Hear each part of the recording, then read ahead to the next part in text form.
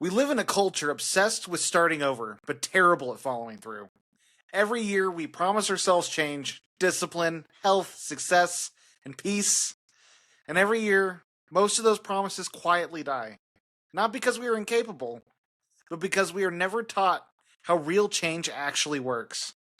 We're getting close to the end of the new year, or the end of the year right now, and I figure this is the perfect time to talk about making resolutions and really being able to follow through. So, thanks for joining us today.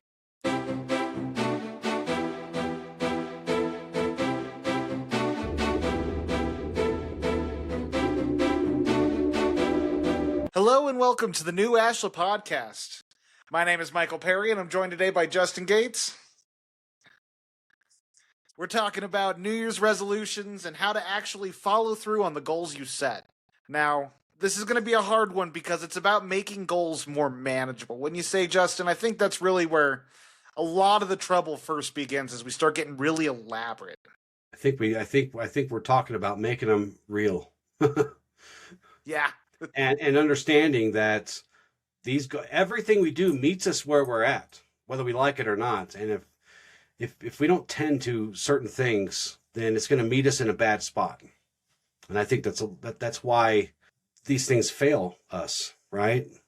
And most goals don't fail because people are lazy or undisciplined. They fail because they're built on unstable foundations. Well, I'd say often it's based on this motivation of wanting change, but there's no real structure to change. Motivation is a horrible fuel. It is a horrible fuel for this. Yeah. It's like one of the things they talk about in a lot of the books I've read is when it comes to motivation, when you start a project, you get all this hormonal hits of dopamine and serotonin. You start feeling really engaged and like you're doing something. And it does not take long before that emotional high of accomplishing those goals starts to fade. And with that fading, so does our effort levels. Well, yeah, because we're out of alignment somewhere, or in many spots, we're out of alignment.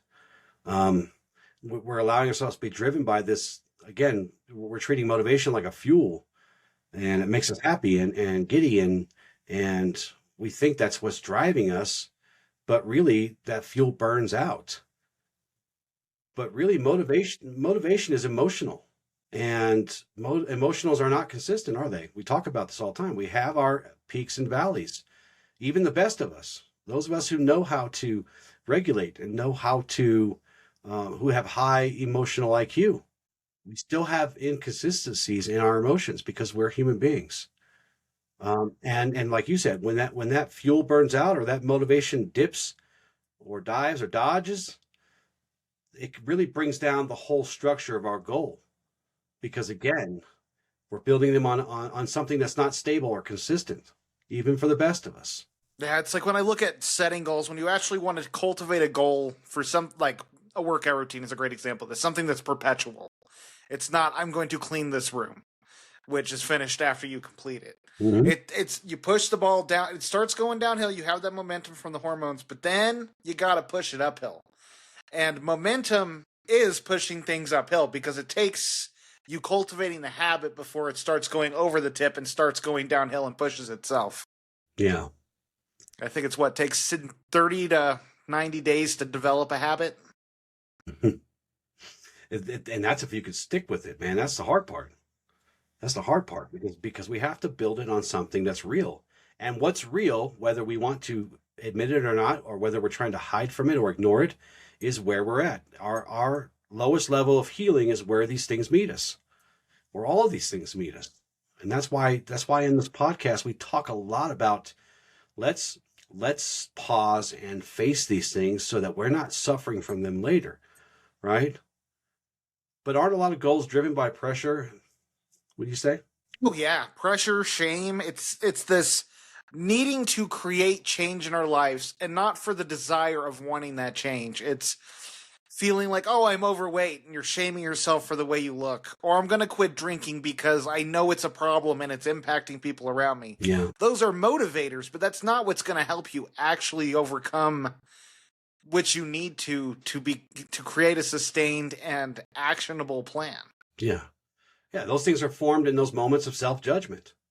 You know, the whole I need to fix myself, right? And that's one of the prime motivators for the new year every year. Or as you said, a little bit of shame. I should be better by now. What's wrong with me? This year I won't mess it up. I'm not going to mess it up, Michael. This year is the year. It's my year.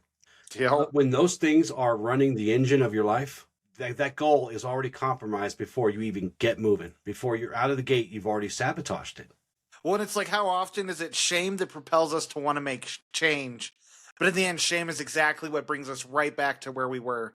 Whether it's feeling uncomfortable at the gym or trying to drown those emotions, it is this horrible cycle that just keeps us perpetuating. Look, man, you can fill your race car up with as much motivational fuel as you want, but if 3 out of 4 of your tires are flat, you're not going anywhere. You're just not. Nope. You're just not. You're not going to go anywhere.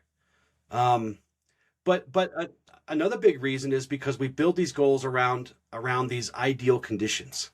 That's a really big one too. When things are good, it's easy to feel motivated and it's easy to feel, and this is why the Path of Ashla and this podcast and everything we do related to that, make sure we leave room for shadow work, because, we have to be ready more than we need to plan on fanciful conditions. We have to make sure we have readiness in our bones, right?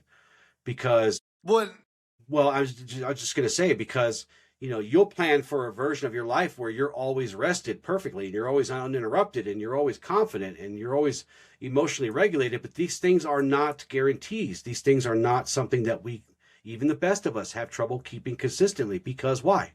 We're human beings. Now, Teal Swan, in her book, The Completion Process, she talks about how one of the things that really sabotages people the most is when it comes to parts work, which is something I'm getting more and more into lately. I find it fascinating. But if you have 2 parts that have conflicting desires, this is again why shadow work is so important. You will always end up sabotaging the goal until you get both parts aligned with having that same outcome. Because if one part of you wants to start working out so you can be fit and feel confident in yourself, but the other part is afraid of has the shame of being seen, it's going to constantly try to deter you from going to the gym because you're going to be putting yourself into an uncomfortable situation. Right. You'll be around a lot of people, and if you're out of shape, you're going to feel scared that you're there.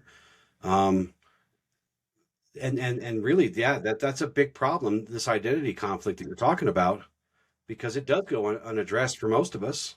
Either we don't know how to address it, or we just, like you said, we just rather just hide it.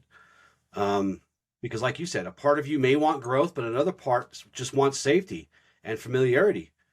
Or, that emotional kind of armor to protect them from literally everything outside of them. But, these unexpected responsibilities come up. Life does not work the way that we plan. There's energy fluctuations. There's stress, right? There's life. Just life. Life provides us plenty of opportunities to practice and practice and practice some more. So if you build these goals on these identity issues, or if you build these goals around these perfect days, those plans, those wish it, want it, do it's, they're not going to survive ordinary life. They're just, for everyone listening, now, New Year's resolutions for me, most of my adult life, I have been so religious about making the perfect plan. Like, I would make a binder, I would have my schedule laid out, I would have my action steps, I would plan out my New Year's resolutions. Mm-hmm. And one of the most important things, if you take away anything from this episode, I know this is an episode on New Year's resolutions. Do not let New Year's be what causes resolutions, because the minute the New Year's over and you don't have things that stick, you quit and then you wait a year. And that was the loop I was constantly in. You can't wait, again, these perfect days, right? Yeah. We're waiting for New Year's to come around because that's the day I'm going to change my life. Now, resolutions are something that happens with effort and consistency. And it also means that if you fall off the bandwagon, you get back on it. You don't build habits without friction. No. And it's about learning to keep getting on that horse. Literally right before this episode, before we started recording this episode, you said to me, I'm sorry that I haven't been posting as many blogs as I planned. And what did I say to you? Do you remember? You'll pick it up when you're ready. And Find a spot to pick it back up and just do it. Because that's how you get back on. Right? Yeah. Nobody ever sticks to their plans 100%. Even if you plan them and you do all the emotional work and you do all the stuff we're talking about, something will throw a wrench in it. I promise you, that's life. Yep. But the deeper truth here is that you're not failing your goals. You're just catching strays sometimes. It's just the way it is, right? But that's the truth. But if your inner system's built on fear or pressure or self-rejection, no amount of motivation or willpower will ever sustain that lasting change.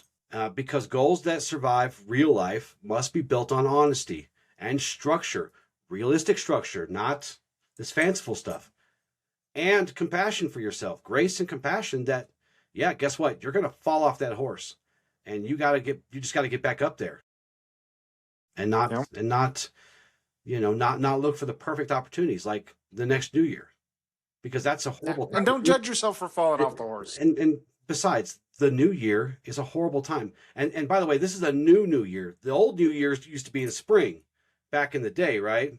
That was a much better time to start changing things because the weather was better, there was plenty of food, and there was all kinds of things. The middle of winter is the most horrible time to try and change something. I never do New Year's resolutions. And because I'm never in a good mood in the middle of winter, man. I'm cold and I'm grumpy and, I'm just trying to stay alive and warm. So anyways, yeah.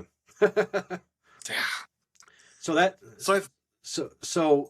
you were talking about, or we have been talking about how fanciful we try to be and extra. There really is a difference between a goal and fantasy, isn't there? Yeah. I mean, I think one of the places people get hung up the most is they fail to take into account who they are today.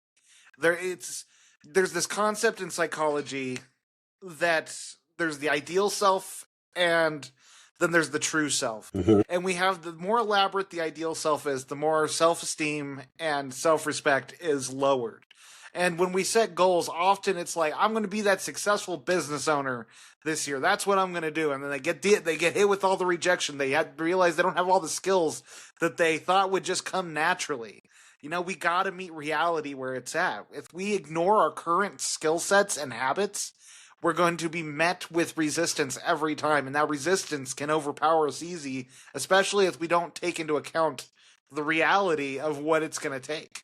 Yeah, you're bringing up one of the most common mistakes people make is mistaking that fantasy for intention, right? Yeah.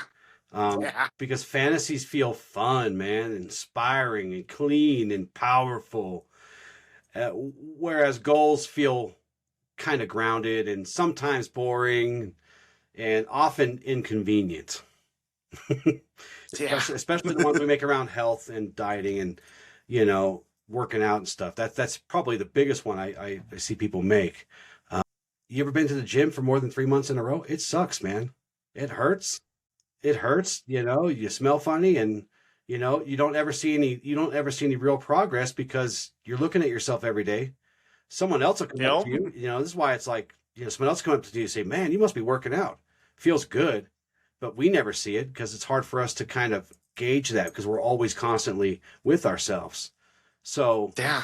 But I think the gym is another important one to look at because it's like one of the things I had to learn the hard way is like gym has always been on my list of I want to build this habit, and I have struggled and I've come to realize like you got to realize where your lifestyle is, who you are as a person. For me, the one time I was able to start hitting the gym and do it for 6 months consecutively is when I found a workout program that worked for me. Hiking. I joined a kickboxing group where they would run us through different exercises. It's about finding what is something you can at least find some enjoyment in when you're doing it. Because going and hitting the bench press every day isn't for everyone. Going and running a 5K is not for everyone. You got to find what exercise speaks to you. Yeah. The future is always in motion. Always in motion, right? We talk about this a lot where The choices we make now create a potential future and a potential future version of us. And fantasies ignore that fact. They ignore who we are today. We fantasize about who we want to be and who we are in the future without doing the work here, making the choices here, cutting cost and doing these other things. Because it bypasses your current habits, your current energy patterns, your responsibilities, and even the capacity of your vessel. It just imagines a future version of you who wakes up different, behaves differently, somehow magically no longer struggles, Yeah, right. has problems in the world, right? It just, and it feels good to do that.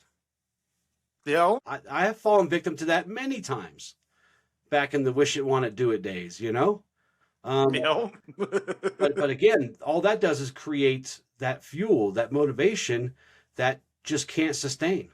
You can't, because again, you're driving on 3 flat tires, man. It just, you have to address the tires before the fuel's ever in question. Yeah. I mean, I think the key thing to keep in mind is if your goal requires you to become a different person overnight, it's not a goal. It's an escape. It is you trying to cling to something outside of you. Right, because a real goal starts where you actually are. It's built respectively to what your current lifestyles are, your current habits, your current emotional state, your current whatever. And it doesn't just try to override it or ignore it. It's like, to be real, it's like giving my real energy, my real schedule, my real nervous system, what is sustainable for me now, right? Not what I wish I am in 15 years or whatever. Because I'll tell you right now, the guy I am right now was not the guy I ever assumed I'd be 15 years ago. I promise you that. Right. I promise you that. And thank God I didn't, hold attachment to that, because I'd be really disappointed, I think. Yeah. I like where I'm at. I love what I do, but this isn't something I would even consider for myself. So yeah, you gotta be respectful to your current present self so that you can build that future. Yeah, and I think that's why it's so important that when you're building these goals, there's a difference between identity-based goals and outcome-based goals. And a lot of people have their goals based on these fantasies, these ideals we want to hold ourselves to. But we got to be able to, meet ourselves where we're at. It's one of the best books out there, Atomic Habits by James Clear, talks about how when you're incorporating goals, it's about little shifts within your routine. A plane flying to the UK, if it deviates by 1 degree flying from the United States, it'll land up in Africa. Mm-hmm. And real change happens in these little shifts we make in our lifestyles. Not in these dramatic, I'm hitting the gym 5 days a week starting this year. Not in, I'm going to quit drinking altogether. This is why when I teach visualization, I do it in a much different way than you would typically see, don't I? Because, you get stuck in that fantasy. You get stuck in that movie that you're creating. Yes, it is important to see and feel and let yourself experience that thing you want to become. But you cannot let that carry you into a fantasy, because one of two things will happen. Either A, you'll just give up because you'll just be happy with the fantasy and you won't actually care about getting to the goal, right? Or B, you'll blur that line between what's real and what's not, and then because these fantasies fixate on the outcomes, the body, the income, the transformation, and if you're fixated and you are certainly just keeping the fantasy alive through your visualizations, and not doing any of the work that you have to do, the hard work, the crappy work, the boring work, the normal whatever work to get there, then you're going to be really, really, really beat down from that. And you're going to be trapped by that. Because, again, you obsess over the end picture too much while ignoring those basic, tiny little things, like you said, those basic, tiny daily behaviors that you must do, that are required to get there or to get to some version of there. We can't obsess over the outcome. We got to let go. We got to surrender to the process. We must, and we say this a lot with the law of attraction stuff, we must identify what we need, identify what we want. We have to kind of visualize that a little bit, but we have to let the process work. We have to let ourselves surrender so that we can do those little things without being obsessed with that. Well, I think another key thing is just like, is the goal that you want to obtain something that even resonates with who you are as a person? Right. I had someone who's really dear to me, and he was always chasing the entrepreneurial dream, but his ideas and aspirations never had anything to do with his personality or who he was. It was just, I need to go make money. Mm-hmm. And it's like, that's great, but unless you have A, the skill set to follow this path, or B, enough personal interest to carry you through learning what you need to, you're not going to be able to reach where you want to go. Yeah, right. Because and this is another trap. That person is just in the comparison game. Well, I see them doing this. I want what they have. I don't need to know how they got it or what. And it's usually a lot of stuff, and it's usually very, very niche down to where you must resonate. We talked about this on a few episodes back, probably a few months ago, where you get what you resonate with, not with what you want or wish for. Yeah. So we have to change our alignment if that's what we want. We must also, do all these little tiny boring human things, but we also must align ourselves to that. Yeah. Well, that's such an important point because, again, I know for me that was my greatest issue is I was down here and my goals were up here. And yeah, it's great to have these aspirations and see what I want to become, but I had no realistic perspective of the work it was going to take to get here. If we don't make that bar a little bit higher instead of through the roof, we're going to always meet with resistance and we're always going to fail. Mm-hmm. Like there's that small handful of times you might succeed, but I tell you, it's going to happen 2 times maybe in your life. Yeah. Yeah. Yeah. You certainly cannot compare without knowing what that person went through to get to that, because it may not even be possible for you to do it the way they did it, because maybe the way they did it had a lot of stuff before they even knew they wanted to do that. You just can't compare. You have to have faith and trust that the universe has things for you too.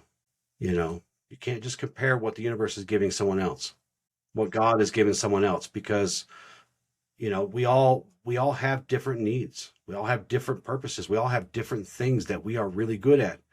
And it doesn't do us any good to compare. And again, it's not a race. It doesn't matter where that person's starting out, either in front of you or behind you. They're running their race, you run yours. Yeah.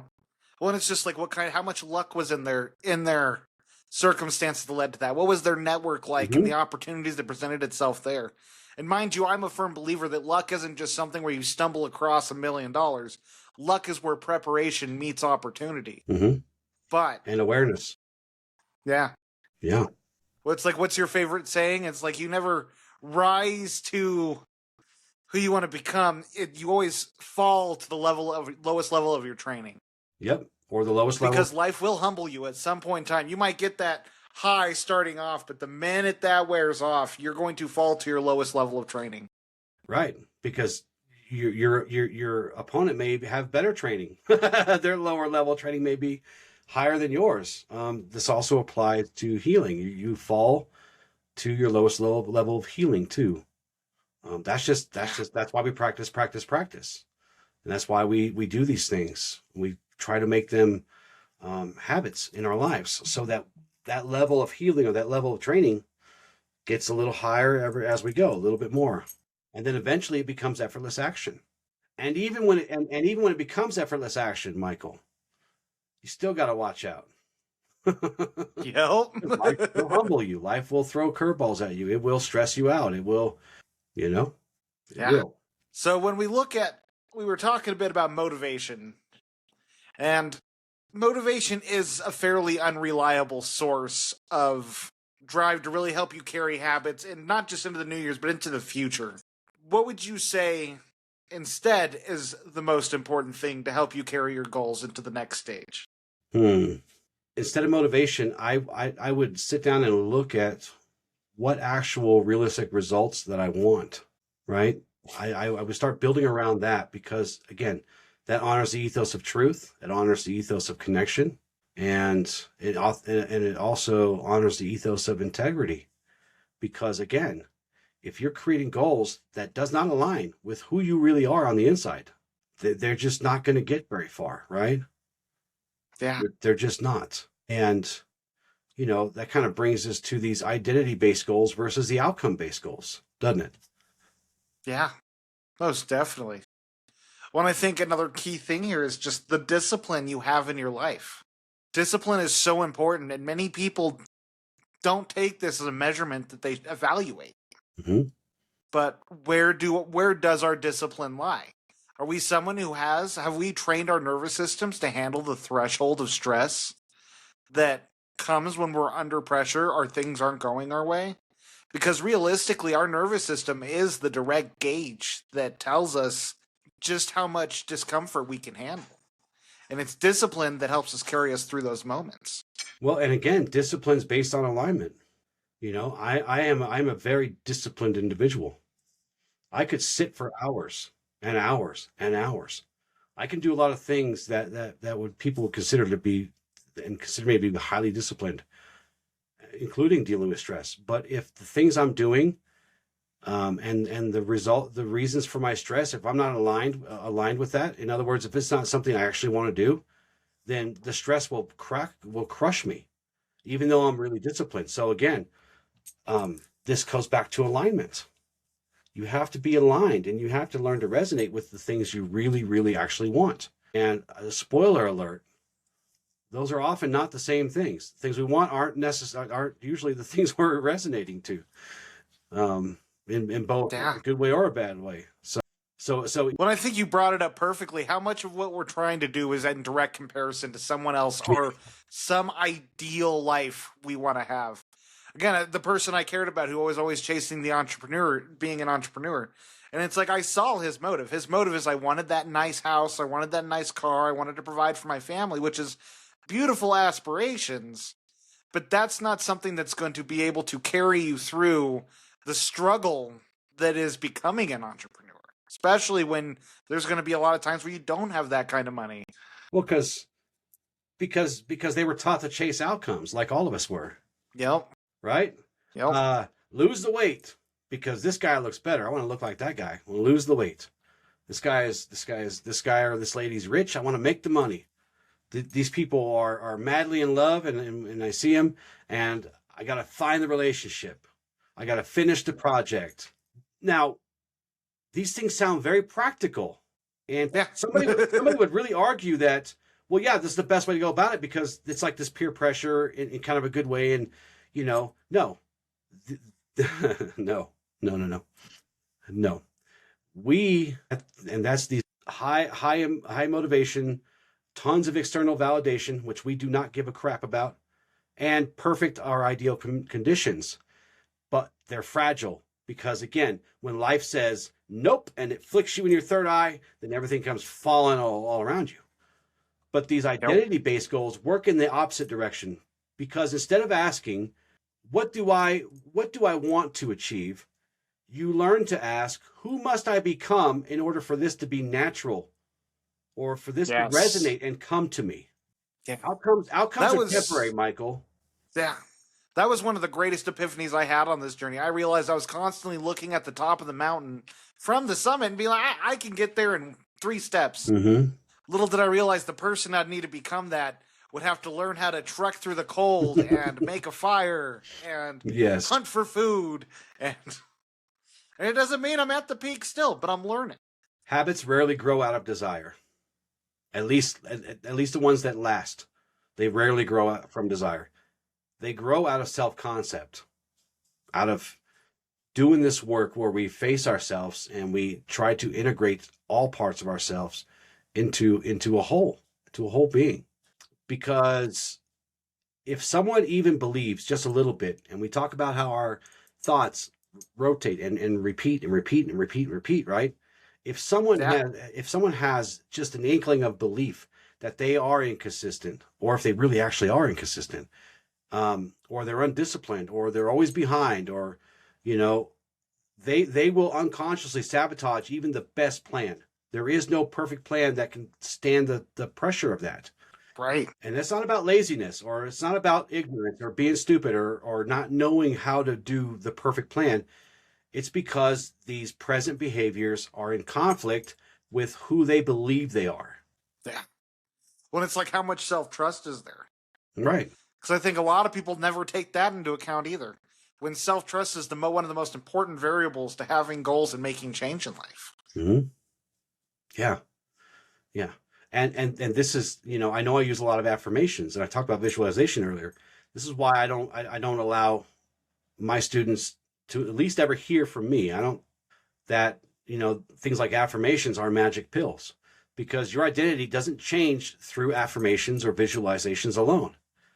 It changes through the repeated action that provides evidence. We need evidence. Human beings need evidence for things. We do. It's just what we are. But evidence is a small part. Trust and faith is the larger part.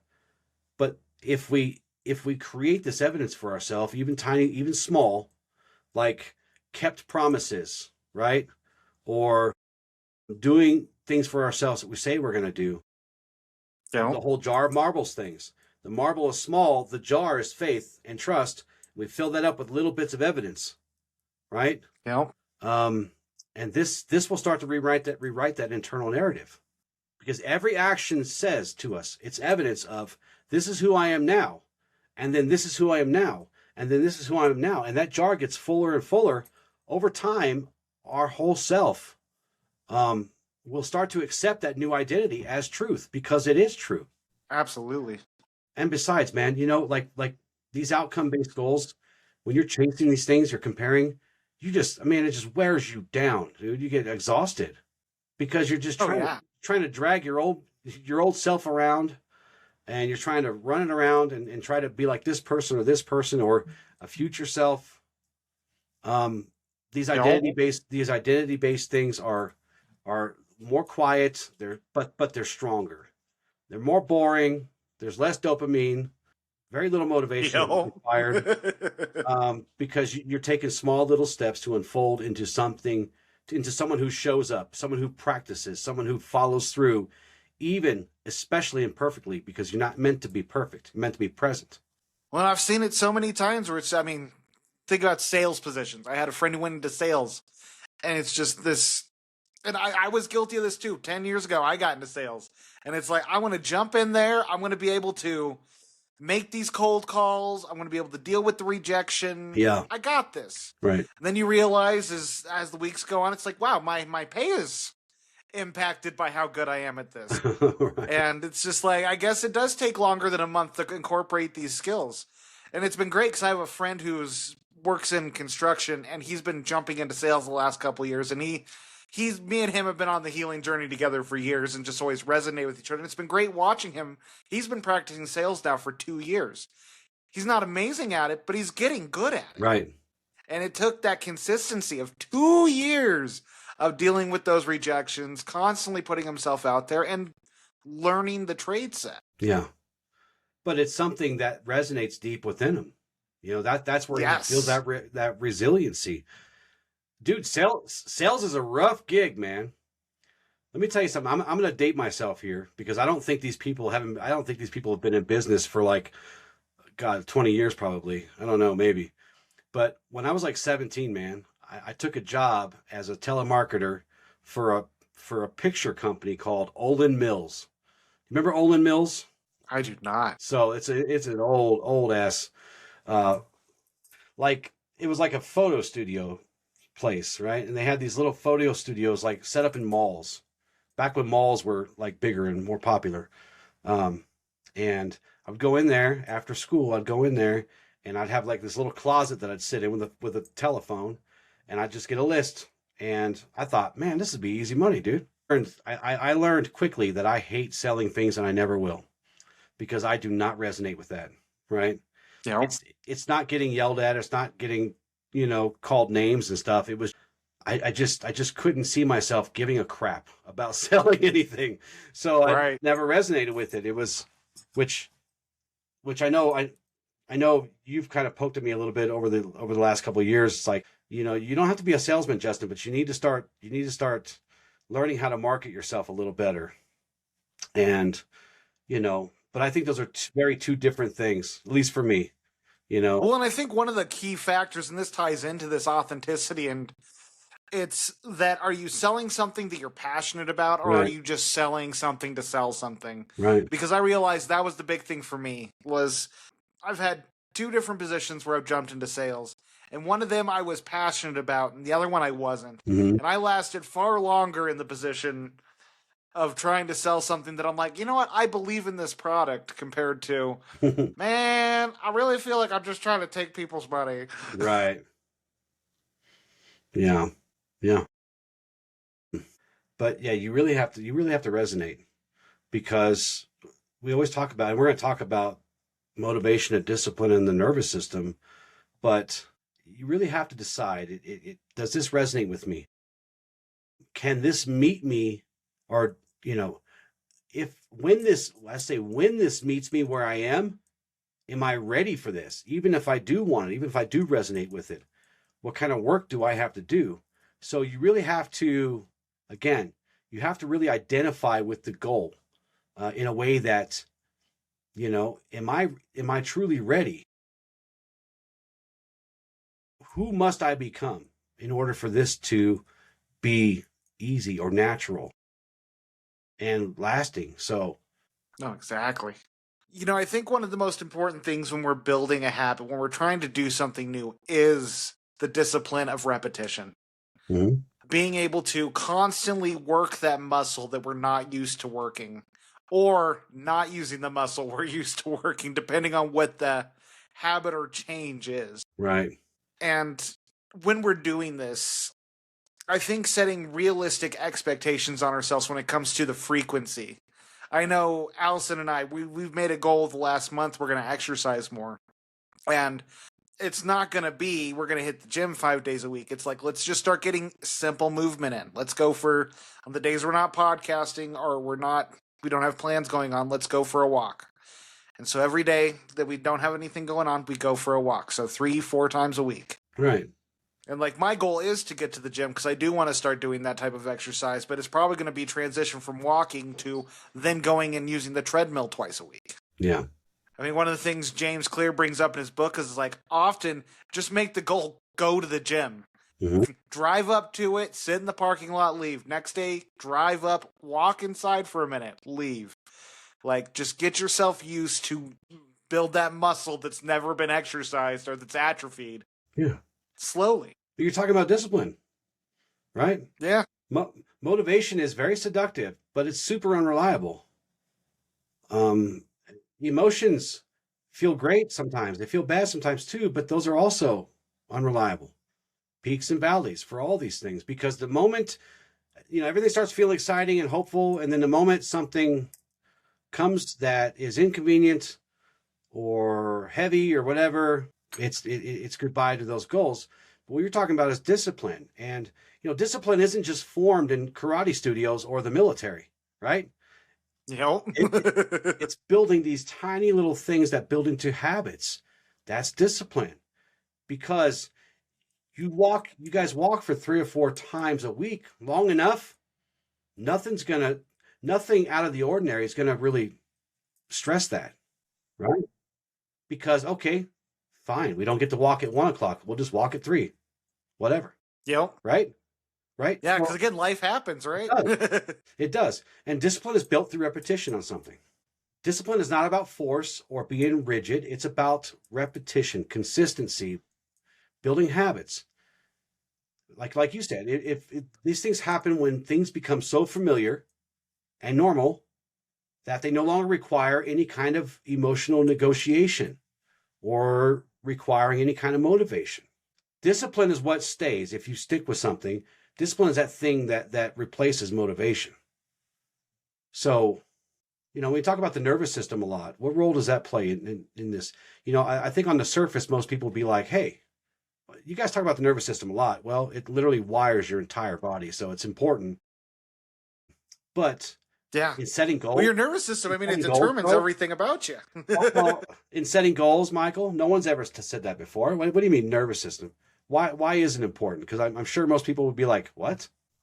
It's again sort of falling to your lowest level of training. Your nervous system dictates your actions. You brought up perfectly earlier how our unconscious mind is what is 95% of our thoughts, and that's out of our control.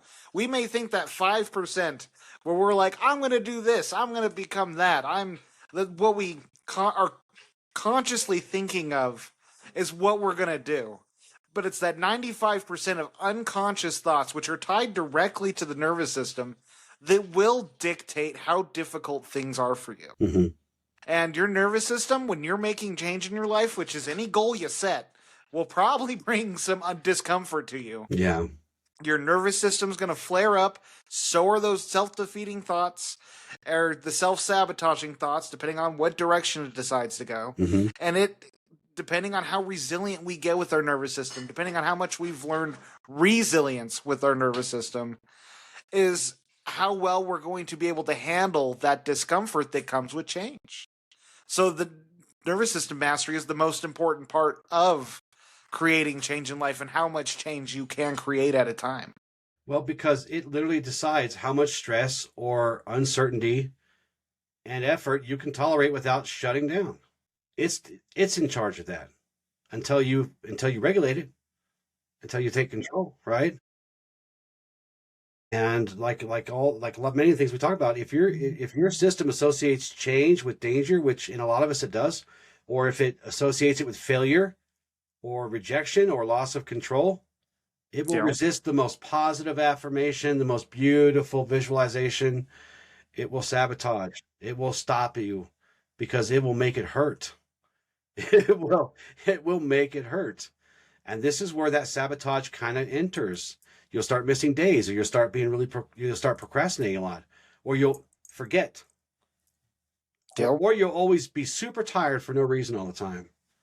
Right? Just to name a few things. Yeah. Well, I think those are some key points. What about that quote you have in the show notes? Consistency beats intensity every time. It's about showing up. It's about giving your best, and by your best, it's not 100% every day. It's if you got 20% to give that day, you're giving that 20%. Because often it's like, I'm going to kill it today. You go through a few days of that, and then you're like, well, I'm not going to kill it today, so maybe I should just wait till tomorrow. And man, you're done. It's over. Game over. It's just about being consistent with yourself. And again, this is one of the reasons why those micro goals are so important.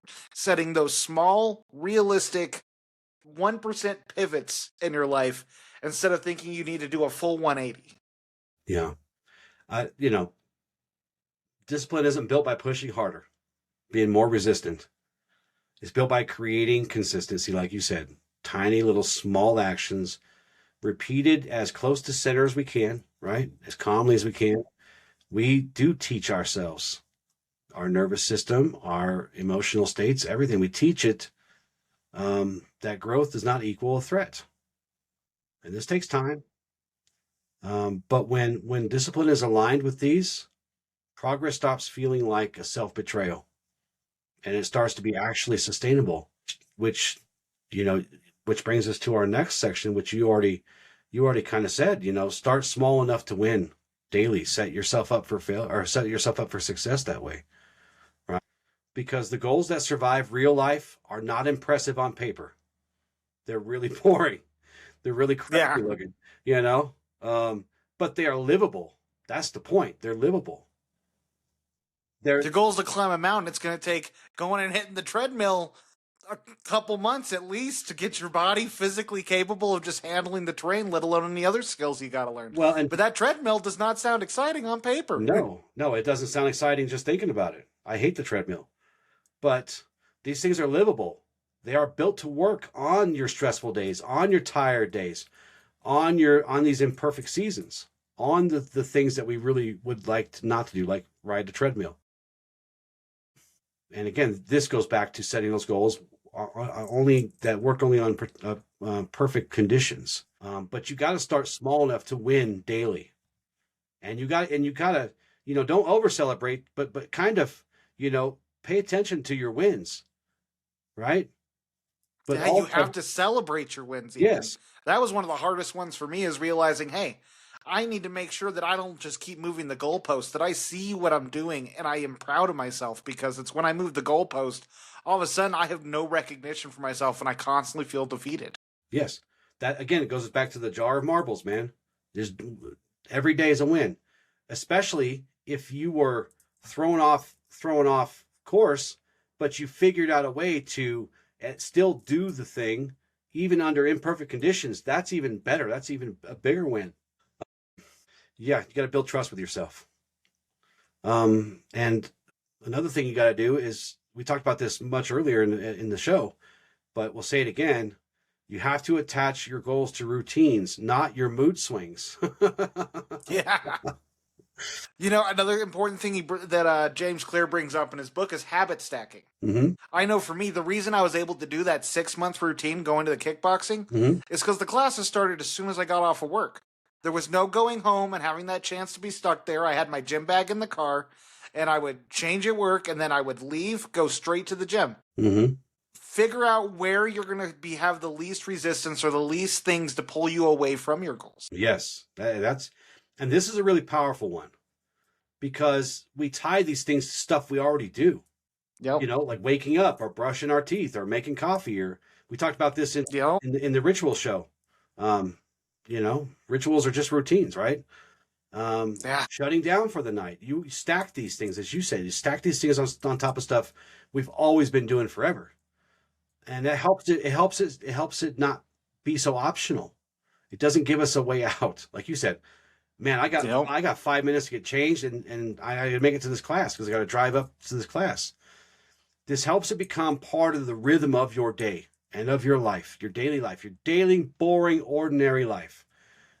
Right? Journaling. Do it right before you go to bed. Mm-hmm. If you go to bed at the same time every night, keep that journal right there, right next to your phone charger where you're plugging your phone in, and pick it up before you plug your phone in. Yep. Yep. Yeah. And speaking of journaling, make sure you track consistently your wins and what you're doing and where you need to adjust, and let this goal be living like you, right? Make sure you're tracking it consistently, and you're not making sure that you're staying perfect. But this helps you stay present within it too. Because perfection just invites shame, but consistency trains our identity to this goal.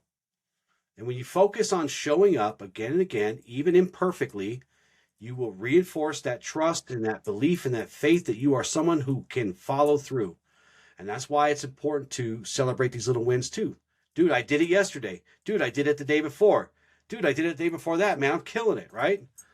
And don't treat the missteps as data, because they're not data that you're writing down.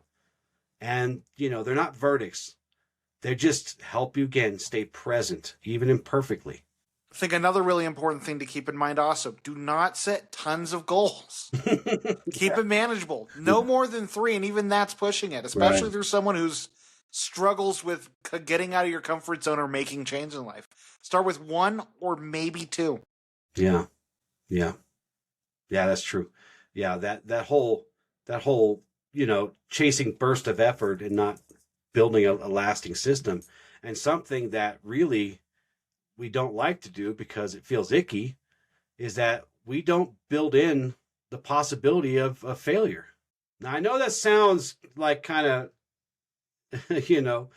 horrible for setting positive goals, but I never said that life was always positive.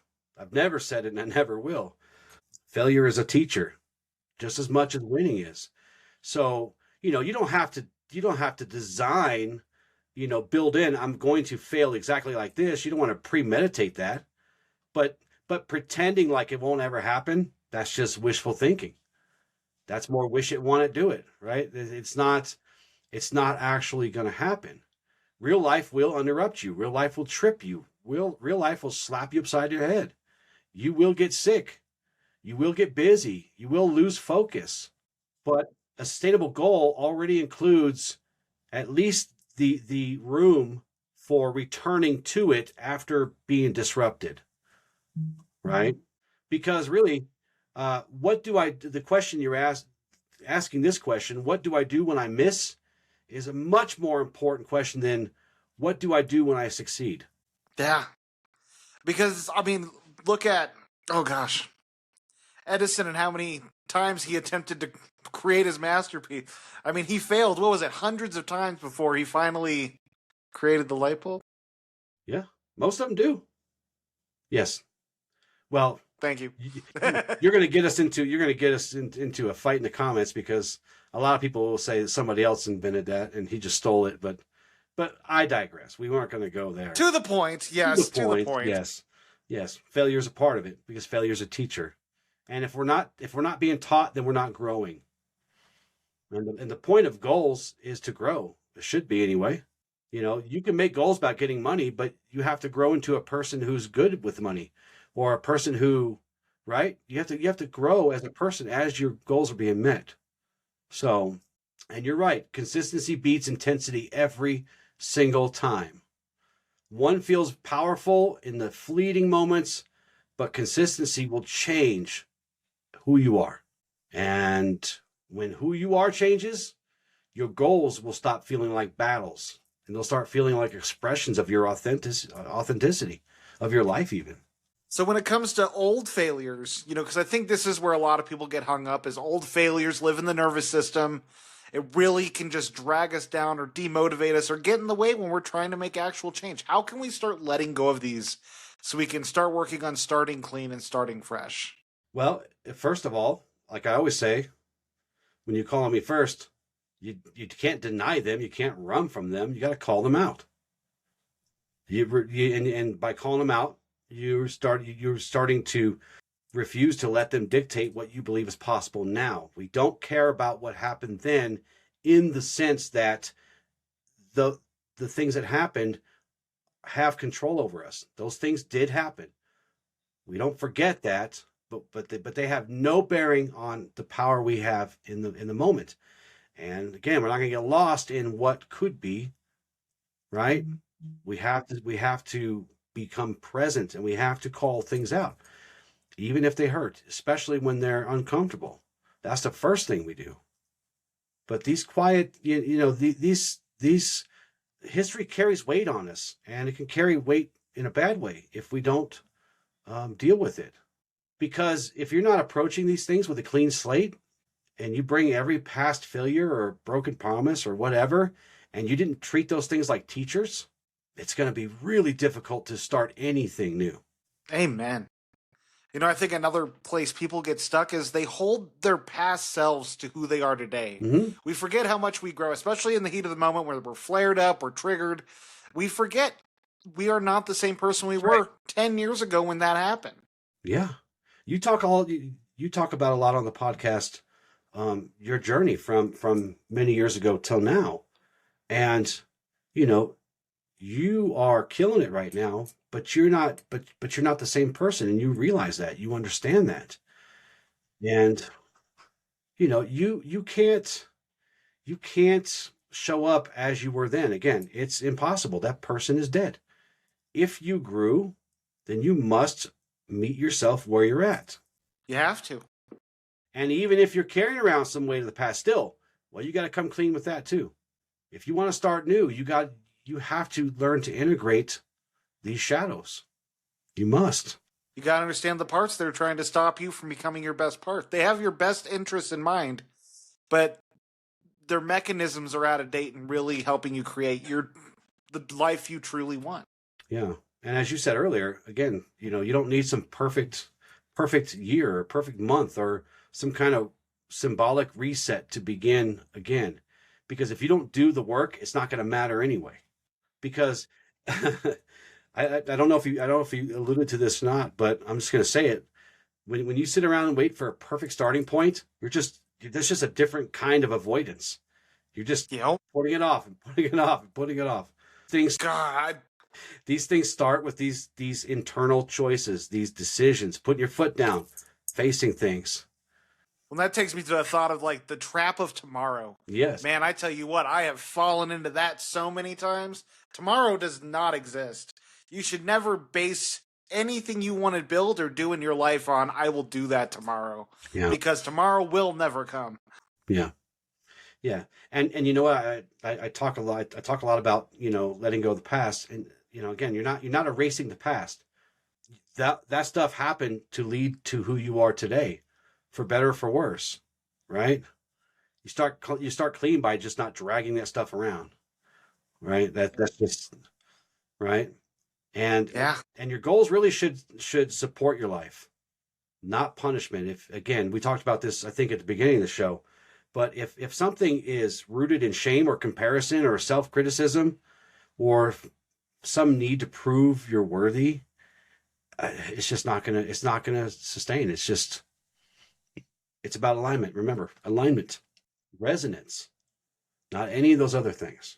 Well, I think alignment's so important, and we can easily sell ourselves on things that are not actually in alignment. What makes your soul sing?